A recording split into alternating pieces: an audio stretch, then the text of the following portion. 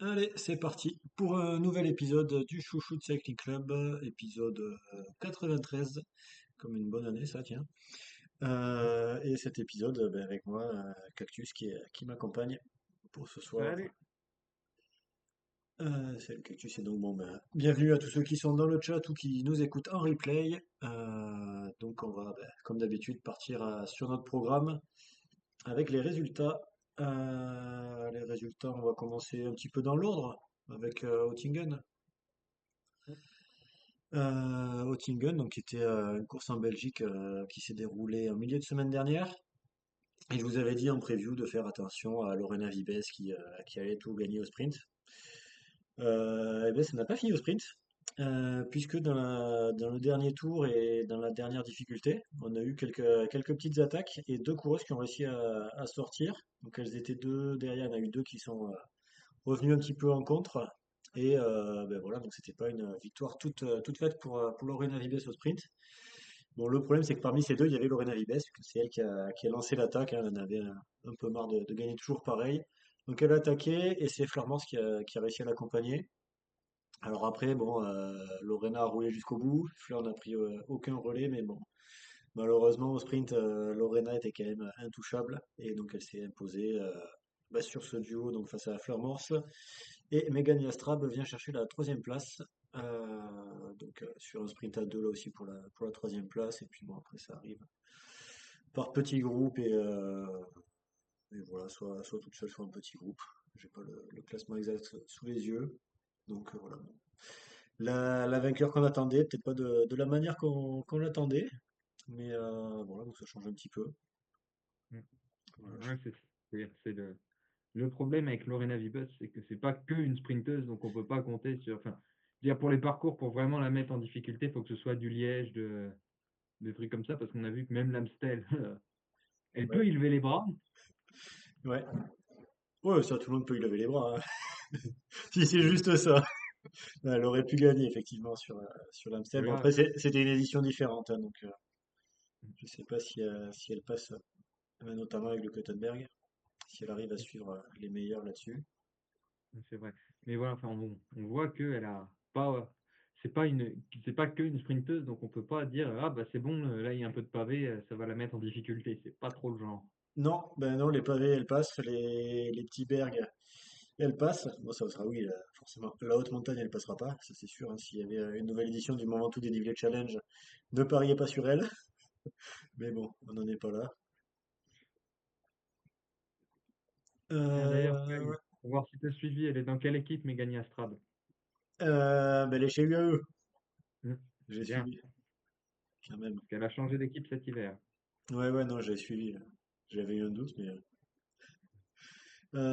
Non, sur ce Grand Prix Oettingen, on peut aussi noter la première course où les quatre sœurs Knaven étaient au départ.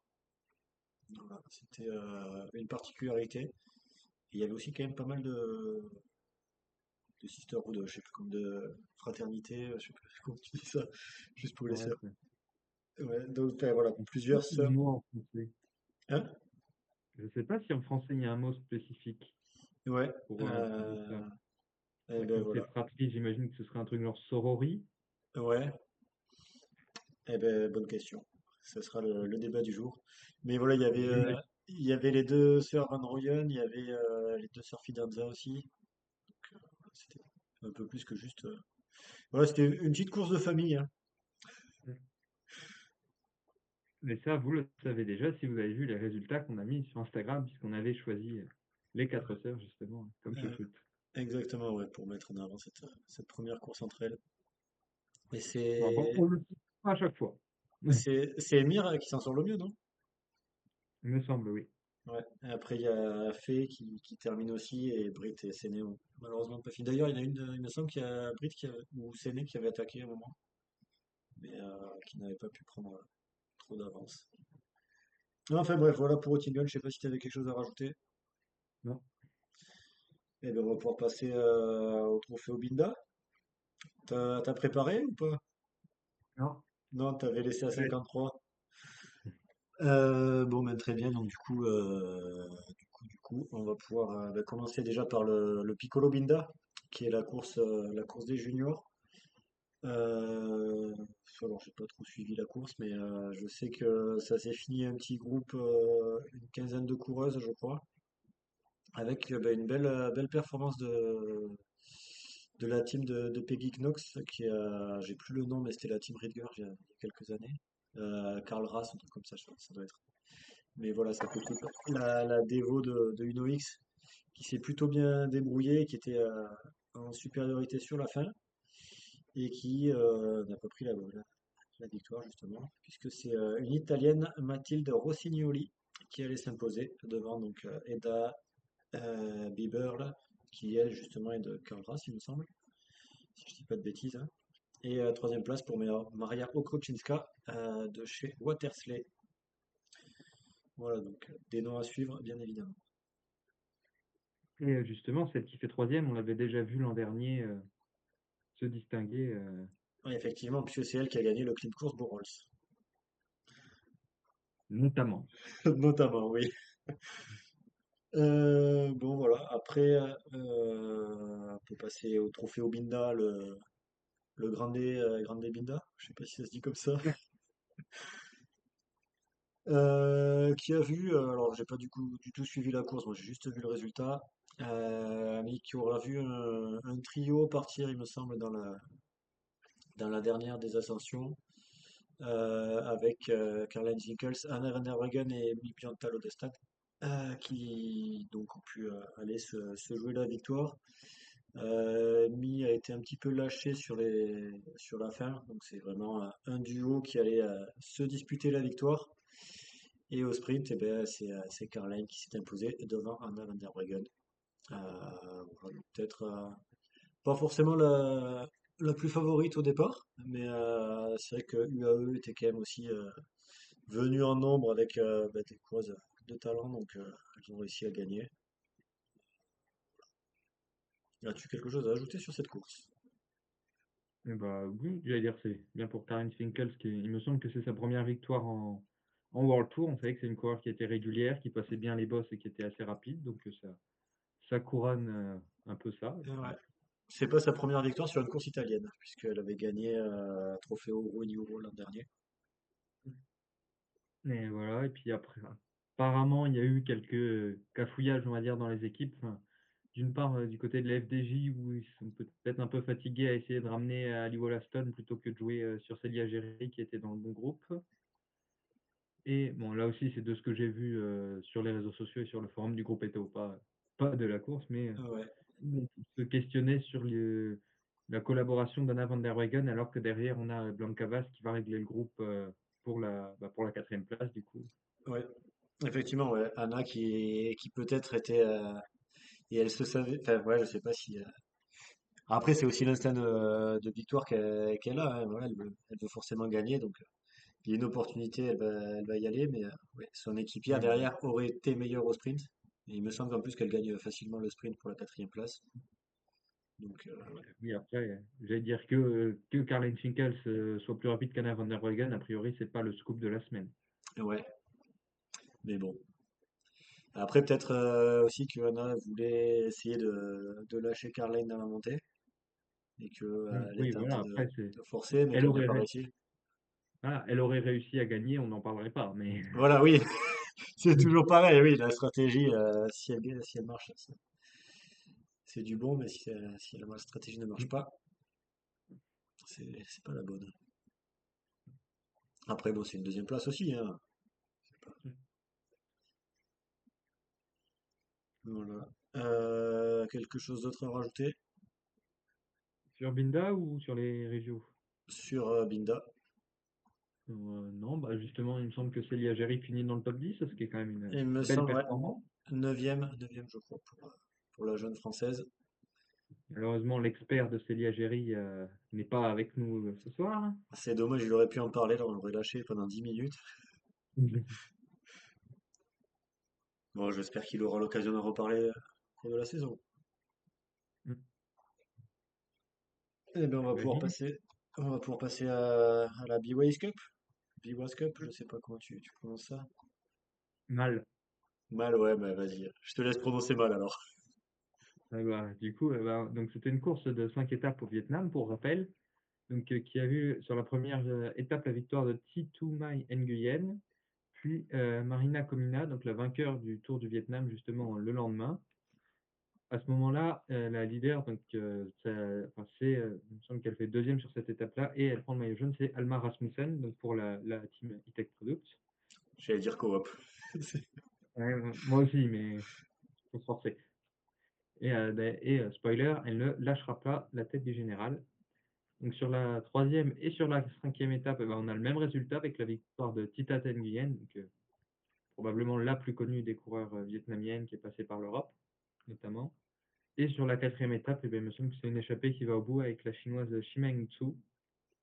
Donc au classement général, victoire d'Alma Rasmussen devant Mai Nguyen, donc la vainqueur de la première étape, et Oda One Kissinger pour la team E-Tech également.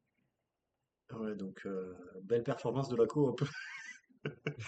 Autrement appelé la High-Tech Products Fleet Controls. Ouais, elles ont fait des bons coups sur cette Ouais. quinzaine au Vietnam. Bah ouais, c'est bah oui, comme je disais la semaine dernière, déjà l'expérience à engranger, puis bon, il y a quelques points UCI aussi Ouais. qui peuvent se rajouter. Oui, après c'est pas forcément bien. Pas forcément, surtout comme il n'y a pas de. Enfin, j'allais dire les points aussi, à part dire ah bah oui, l'équipe a terminé 20e équipe mondiale, quelque chose comme ça, il n'y a pas d'intérêt sportif enfin, comme ça peut être le cas chez les pro teams où les deux premières places donnent Ouais, des oui, invitations, oui, etc. Au niveau Conti où évolue la Team E-Tech, il n'y a pas cet intérêt-là, on va dire. ouais. Mais à voir aussi, est-ce que l'année prochaine, la High-Tech aurait intérêt à devenir pro team? Je pense que pour eux, ça serait bien. Après, bon, forcément, il faut le budget qui puisse Ouais, c'est suivre. ça, je pense que c'est pas une question d'intérêt. Oui, oui, ça c'est sûr.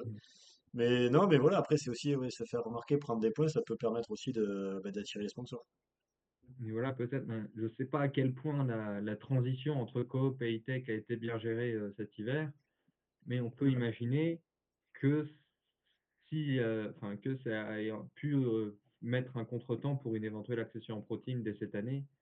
ouais, Donc, mais voilà, on sait que l'équipe est historiquement une des contis les plus performantes, donc ce serait loin d'être incohérent de les voir rejoindre les pro teams c'est-à-dire ça ferait du bien à l'échelon pro team aussi.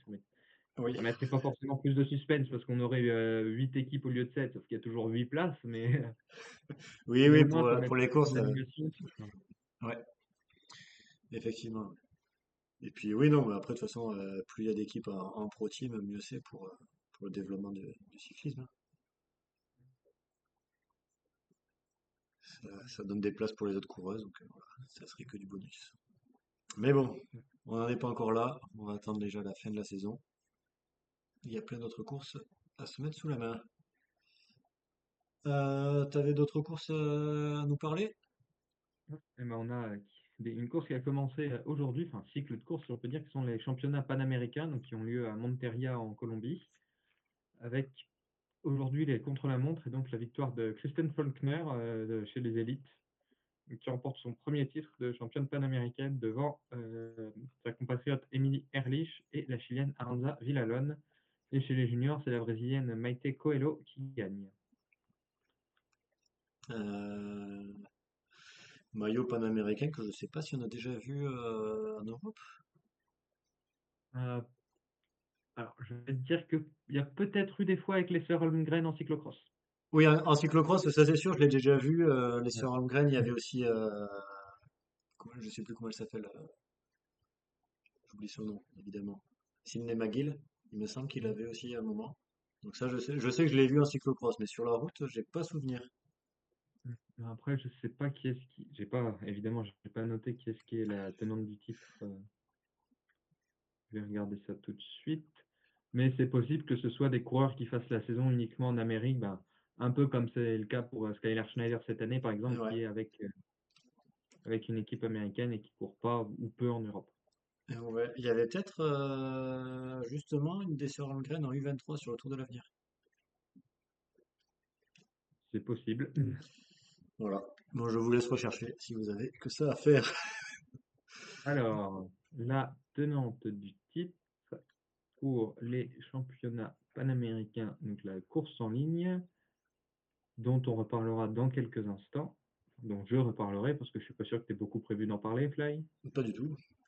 Voilà. Donc, la tenante du titre, c'est Giuliana Londonio de la Picnic. Donc, Ouais, donc le maillot était visible, on va dire, cette année en Europe. Avant ça, c'était Lauren Stephens qui était déjà aux États-Unis, enfin qui était reparti aux États-Unis. Skylar Schneider, pareil, c'était surtout aux États-Unis. Donc peut-être 2022 avec Arlenis Sierra, mais ça commence à remonter. ouais, ok.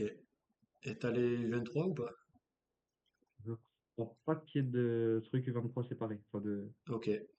résultats séparés Bon, pour ben, U20. bon, ben, du coup, on va En tout pouvoir. cas, j'ai pas vu sur Fair Cycling, c'est possible Ok, qu'il y ait eu un titre attribué dans le cadre d'une course commune, comme c'est parfois le cas, bah, ok, ok. souvent pour les Ouais, 23, ouais. mais pas de course spécifique. Ok. Bon, ben, du coup, on va pouvoir quand même enchaîner avec les previews, puisque tu as commencé un petit peu à en parler. Mm, c'est ça, donc on aura les courses en ligne qui auront lieu vendredi pour les juniors et samedi pour les élites, avec un profil plutôt plat. Donc, avoir soit des sprints, soit éventuellement des échappées. Bah, typiquement, une Christelle Faulkner qui a déjà gagné plusieurs courses en échappée, notamment l'Omloop van Aerland, je crois, il y a Ouais, quelques années. il y a Je ne 2 ans. serais pas surpris de la voir faire un numéro du genre pour aller chercher la victoire. Ok. Alors juste pour préciser, pour ceux qui ont le visuel, parce qu'ils regardent en direct ou en replay, il y a un petit décalage dans le calendrier et les courses sont décalées d'un jour. Donc celles qui sont indiquées au lundi sont celles qui arrivent le mardi, et ainsi de suite. On va voir les courses de dimanche qui apparaissent sur le samedi, si vous avez réussi à suivre ce que j'ai dit. Sinon, regardez pas le calendrier, ce sera plus simple. Ouais, mais il est sous les yeux. Après, ils vont dire que c'est mal fait, tout ça, donc au moins j'explique. C'est juste parce qu'on fait l'épisode le mardi et pas le lundi. On va avoir donc du coup mercredi c'est demain, on va voir nos Quereux courses. Du coup ça c'est à moi de faire la preview, c'est ça? Pour le coup, en plus, je crois que tu te l'es noté, celle-là. C'est Ah même pas, c'est moi qui me l'étais noté. allez, vas-y, débrouille-toi. Il me semble que c'était lui. Ouais mais bon c'est quand même vas-y débrouille-toi quoi. Ouais, mais Euh, c'est toi qui as choisi de te débrouiller tout seul. mais ouais mais bon Bon, puis de toute façon, euh, victoire de Lorena Vibas, et puis voilà, c'est ça le truc, hein. bah, non parce qu'elle est pas au départ. Ah, Donc oui. ça va être un peu plus compliqué. Par contre, c'est vrai que si on regarde les dernières éditions, on a une double vainqueur qui était là en 2023-2024 qui s'appelle Lotto Kopecky et qui est aussi annoncée au départ. La vainqueur de l'an dernier, donc qui est Marta Lac, n'est pas annoncée au départ. Donc voilà, c'est vrai que je pense que Lotto, en plus elle a le dossard numéro 1, risque d'être une des favorites pour cette course. Je sais On va pas si voir, t'as... parce que oui, son début de saison n'était pas forcément au niveau, on va dire, de ces années 2023-2024, donc il y aura peut-être un peu plus de concurrence. Ouais, c'est Mais oui, non, possible. j'ai pas forcément regardé le reste de la startlist. Évidemment, j'ai pas le parcours sous les yeux. Il me semble que c'est plus l'arrivée au Nöckereberg qui était un peu dangereuse. Ouais, ils ont depuis 2 ans là, ils ont changé. Donc au lieu d'arriver par la montée pavée, ils arrivent quand même à Nokere, mais depuis l'autre côté. Donc avec une boucle un petit peu différente sur la fin et qui reste une boucle un final à monter. Donc ça reste voilà, ça sera quand même un final difficile, mais qui Mais ne sans sera pas pavé. pavé. Ouais. Alors après il y aura du pavé tout au long de la course, hein. Oui, c'est ça. C'est surtout pour la fin où c'était peut-être un peu Ouais, dangereux, effectivement. ouais, effectivement. Donc voilà. Est-ce que tu as une favorite toi aussi à annoncer en plus de l'autocopie qui va gagner? Eh ben, ok, ça. Euh, là, je vais regarder qui est-ce qui est là. Ce sera peut-être une bonne idée pour avoir une idée de qui est-ce qui peut gagner. Ah, au sprint, on peut avoir aussi une Charlotte Cole. Hmm. Après ça, Mais, il y a Fleur Morse aussi du côté de la Lidl Trek qui est en forme. À voir après hmm. si ça joue la carte Clara Compagnie pour le sprint.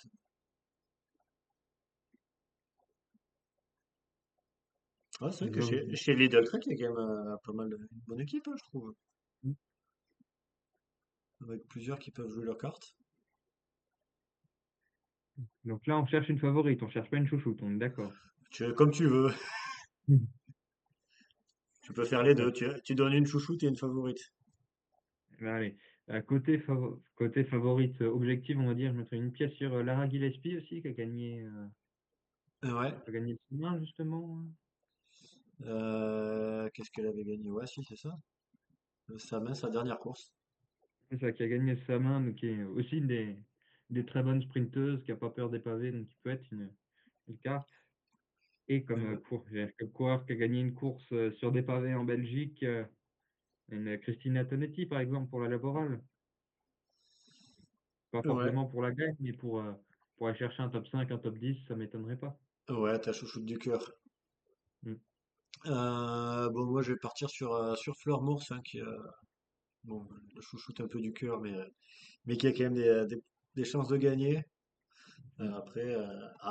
Ouais, ça peut toujours être ouais, donc peut-être compliqué pour la Parc Hôtel. Je sais pas, il n'y a pas forcément Scarlett Soren au départ. Euh, bon, du coup, je vais juste vous citer Fleur Morse en favorite. Et on n'a pas la favorite de 53, donc tant pis pour lui. Course suivante, on va repartir en Italie. Mm. Est-ce que tu avais préparé un petit peu ça? J'ai noté. J'ai Ah, pris des notes, parfait. effectivement. Vas-y. Avec samedi, donc Milano-San Donné, qui évidemment part de Gênes. Ouais, alors on va l'appeler Milana Sanremo, ça fait plus joli.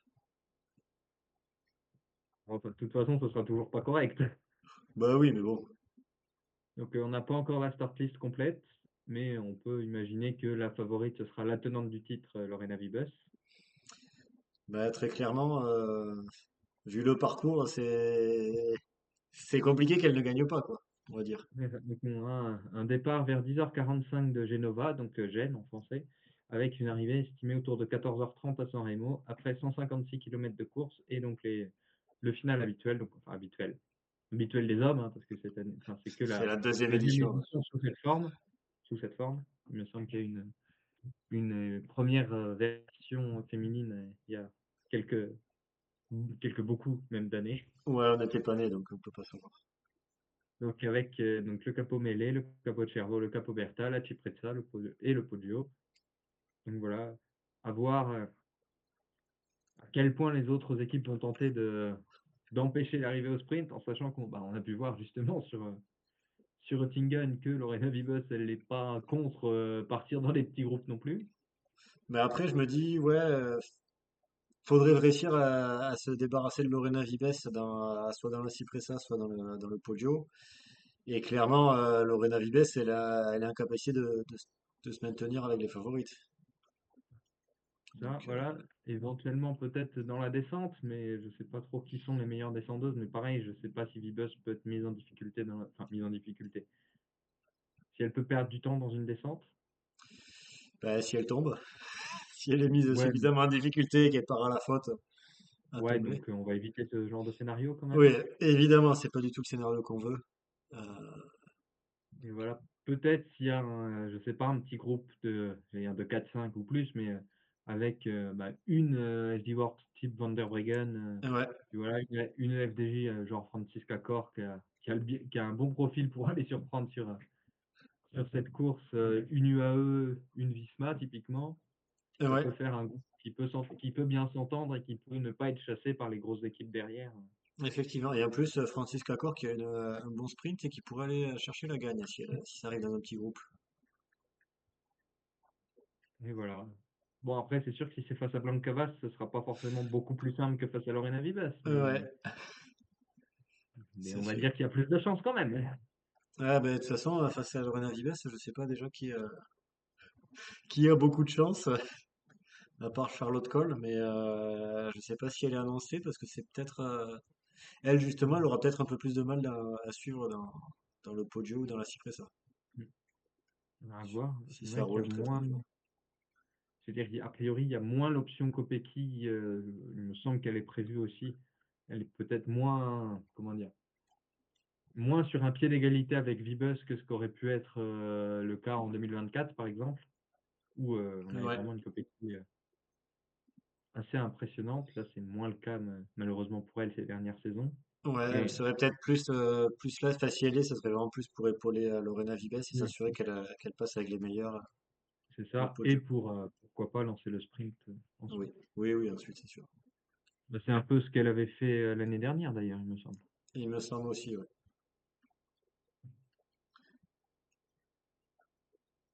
Donc, ouais, ben, Lorena Vibes qui gagne, quoi.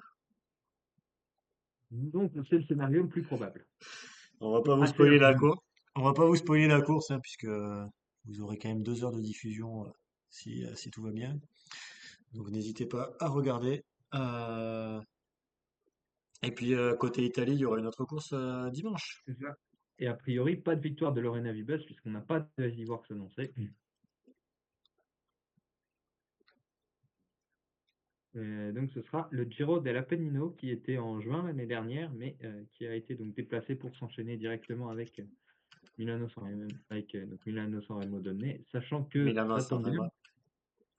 ça tombe bien puisque l'arrivée elle est à Genova, donc d'où part la course de la veille, donc ça reste sur la même zone. C'est C'est Genoa. Genoa, pas Genova. oh, je suis fatigué. Heureusement qu'on a décalé, hein, parce que sinon, la fatigue du week-end, ça aurait été pire hier.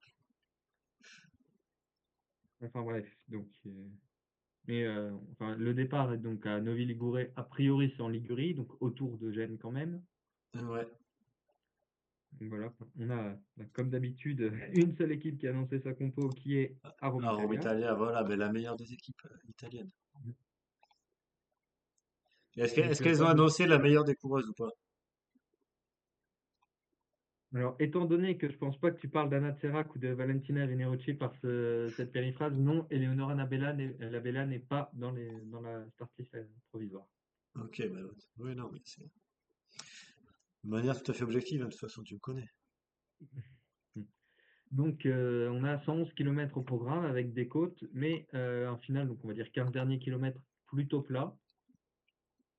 Donc, comme je disais, pas encore de start list, mais dans les équipes annoncées, on a AG, IF, FDJ, Laboral, Lidl, Livre. Donc, on aura peut-être la vainqueur de l'année dernière, Mathilde Vecchio, mais aussi Mayenne, Visma, La Volker Wessels et UAE. Ah non, c'était Mathilde ouais, qui a gagné. Ah oui, donc du coup, c'est que la deuxième édition.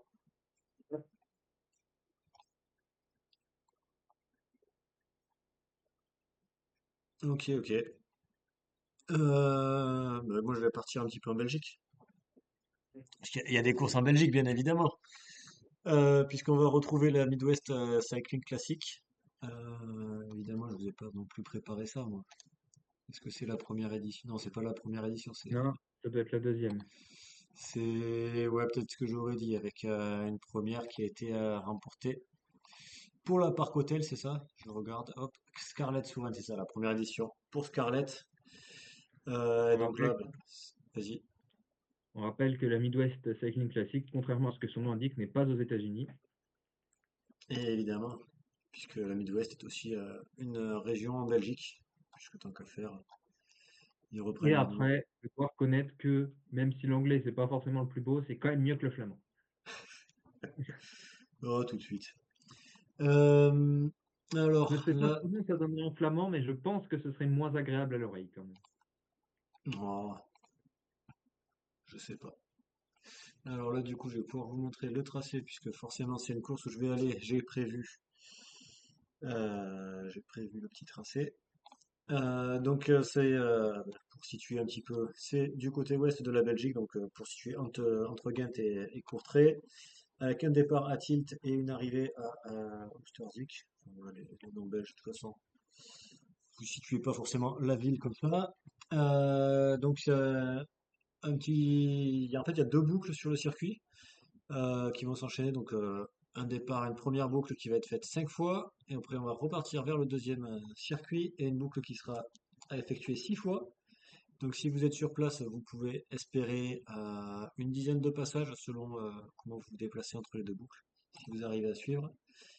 Et chacune des boucles aura une petite montée. Alors, ça reste assez léger, mais voilà, ça peut faire Ça peut faire des cassures dans le peloton, je pense plus des cassures par l'arrière que des attaques et vraiment des Ouais, grosses cassures, mais voilà, plus et de des petits l'usure pour groupes. le final. Pardon? Et de l'usure pour le final. Oui, c'est ça, oui, de l'usure. Alors l'arrivée sera plus sur du plat, donc peut-être plus une sprinteuse qui arrive à passer ses bosses et puis rester forte et être là jusqu'au bout. Donc une Scarlett Soren par exemple. Probablement pas une Lorena Vibus. Ça semble compliqué pour Lorena Vibes si elle est du côté de l'Italie. Et d'ailleurs, je crois que ça va être aussi compliqué si son équipe n'est pas au départ. Ouais.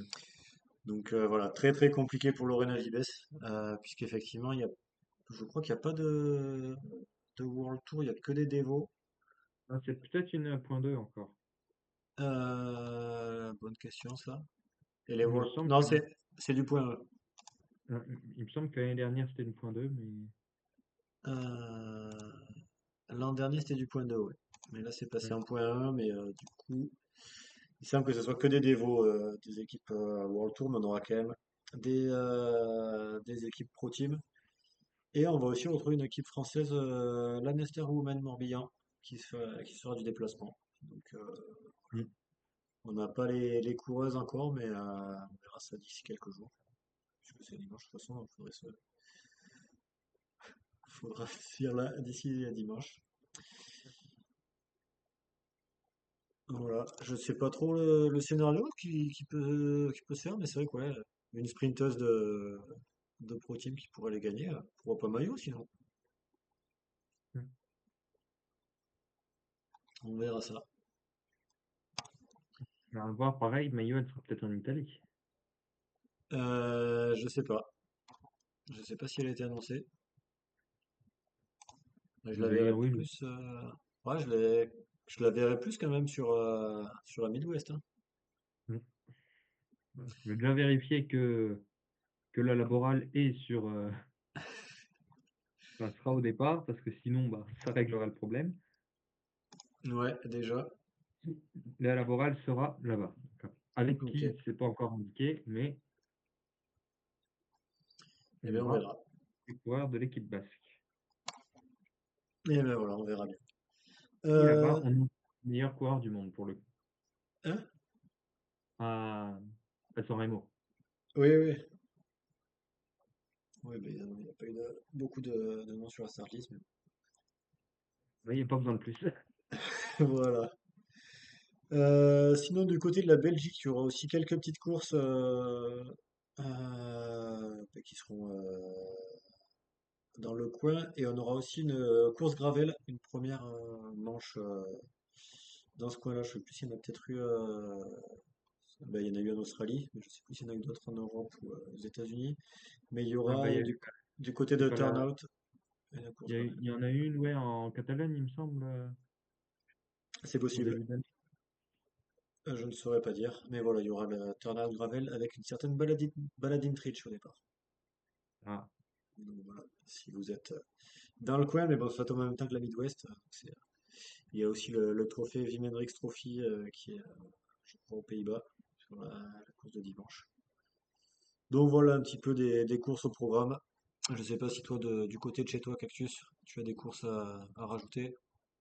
non, j'ai pas noté. Ok. Je l'ai pas cherché non plus, mais du coup. Ouais. Et ben, du coup, on va pouvoir passer aux actus, parce qu'on en a quelques-unes. Enfin, principalement, j'en ai noté deux. La première, c'est du côté d'Audrey Cordon-Rago qui a annoncé sur son compte Instagram qu'elle attendait un enfant. Donc voilà, la news people de, de ce début d'année. Donc voilà, félicitations à Audrey et à Vincent pour ce petit qui arrivera. Il me semble qu'il est prévu pour le mois de juillet.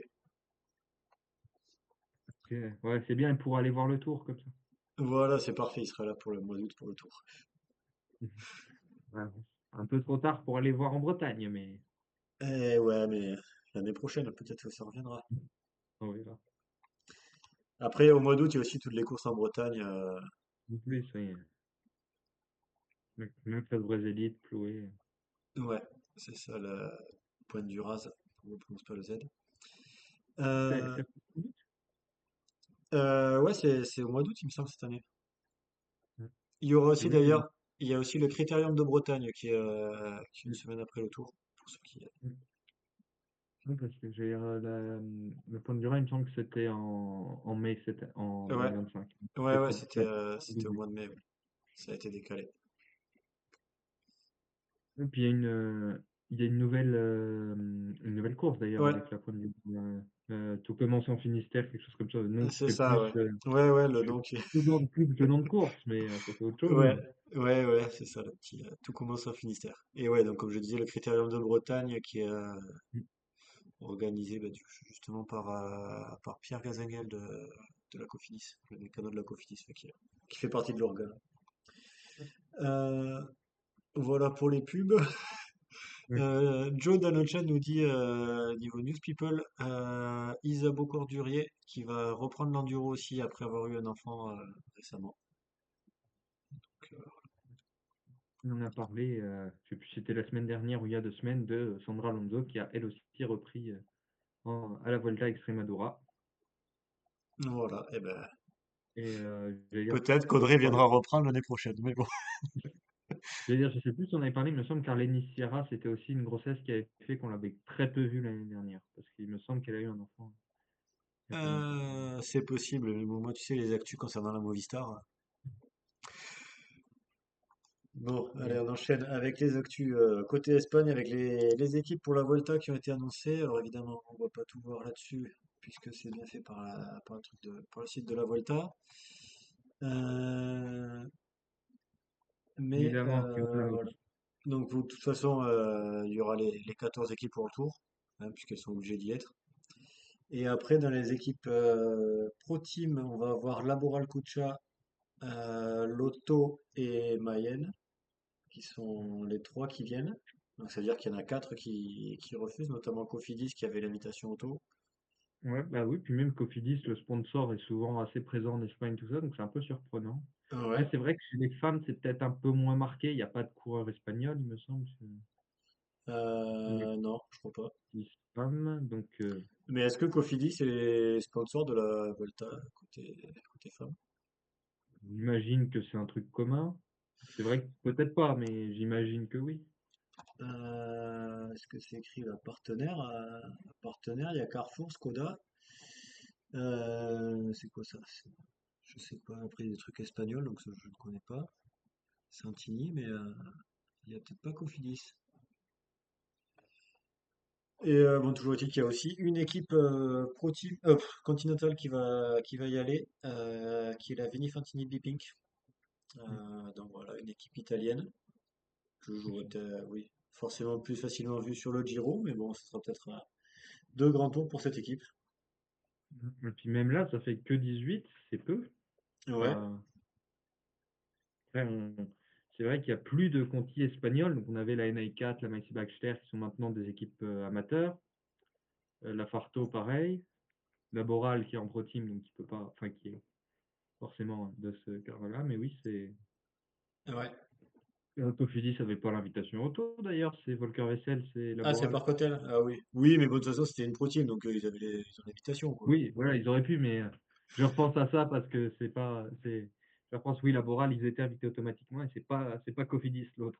Ok, ouais, mais oui, c'est par Cotel aussi qui a refusé, mais de toute façon, puisqu'il y a Vini Fantini, ça veut normalement dire que Mm, les autres Conti enfin les pros ont refusé, mm. si le règlement UCI a bien été suivi. Bon, et après, ça c'est encore autre chose, hein. Ouais, mais je pense quand même que si la Volta a invité Vini Fantini et Bipink, Oui, euh, ils ont d'abord proposé aux autres et les équipes ont refusé. mm. Donc on verra. Peut-être, je veux dire, ça m'étonnerait qu'il y ait une nouvelle équipe rajoutée, mais on sait jamais. Ben, a priori, il y aurait de la place, mais oui, qui serait invité?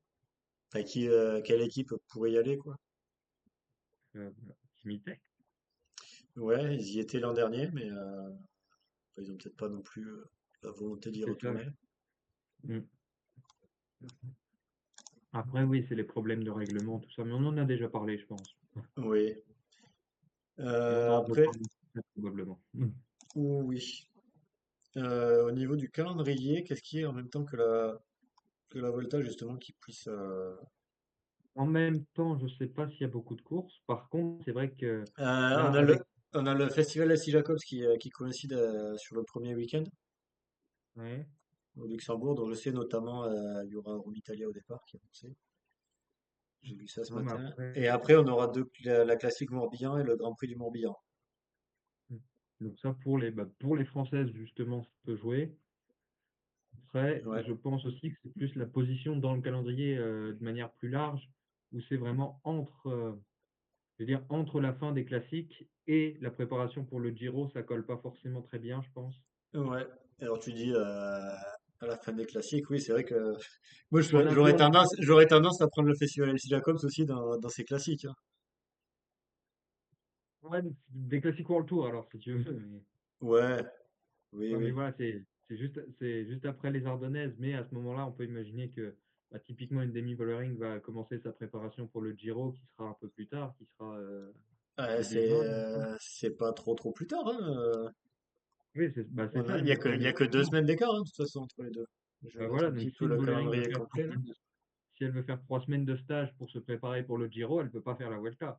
Ouais, ouais, Et ah je oui, sais ça c'est pas sûr. si elle va faire 3 semaines de stage, mais en tout cas, elle fera pas la Vuelta. Déjà, faire 3 semaines de stage, surtout si elle fait Liège, Mm. ça fait peut-être un peu juste aussi. Ah oui, je dis 3 semaines, histoire Parce- d'être sûr d'être là, Ouais, quoi, ouais, mais oui. Bah, si elle part juste après Liège, quoi. Ça lui oui, c'est laisse ça. une semaine de repos entre la fin de son stage et le début du Giro, ça fait peut-être un peu juste. Ouais, bon. Enfin, ça Mais m'étonnerait ouais, pas qu'il y ouais. ait plusieurs équipes qui voient la situation comme ça, en tout cas. Oui, oui, c'est ça. Ben, il y a soit enchaîner après Mm. les Ardennaises, rester sur la dynamique et continuer sur la Volta, soit prendre un peu de repos et viser le Giro. Mm. Donc que ce soit oui, Sachant que, stage ou repos, c'est vrai que c'est quand même mieux que d'enchaîner les courses. sachant Surtout que voilà, pour une qu'il y a équipe Itzulia aussi, hein. Itzulia et Burgos qui peuvent aussi être des courses par étapes, qui peuvent être faites en préparation du Giro peut-être. ouais, Voilà sachant peut-être. que pour une équipe comme ma petite entreprise qui a pour l'instant que 10 coureurs, il va Oui, falloir faire une pause après les classiques, tout simplement. oui, oui, c'est ça. Il y a une pause et bah, après, oui, ma petite entreprise sera peut-être aussi plus intéressée pour aller sur le Morbihan, qui sont des courses en France, Ou même que sur la partir en Jacobs, Espagne. d'ailleurs. Je sais plus si... Ah non, je crois pas qu'elle soit annoncée sur LC Jacobs, parce que je crois pas qu'il y avait de course au Luxembourg annoncée, mais... Je sais plus. Non, je crois pas. Faudrait leur demander. J'ai pas vu la liste totale des équipes annoncées. Euh, non, c'est pas. Non, ils indiquent les équipes pour l'an dernier, mais Non, mais je crois pas que dans les équipes, dans les courses qui avaient été annoncées par ma petite entreprise en début de saison, il y avait des courses au Luxembourg. ouais, je sais pas. Mais normalement, ils sont là ce week-end, donc je pourrais leur demander hein, s'il y a besoin de confirmation. En... Pas besoin. Bon. Oui, oui, on verra bien.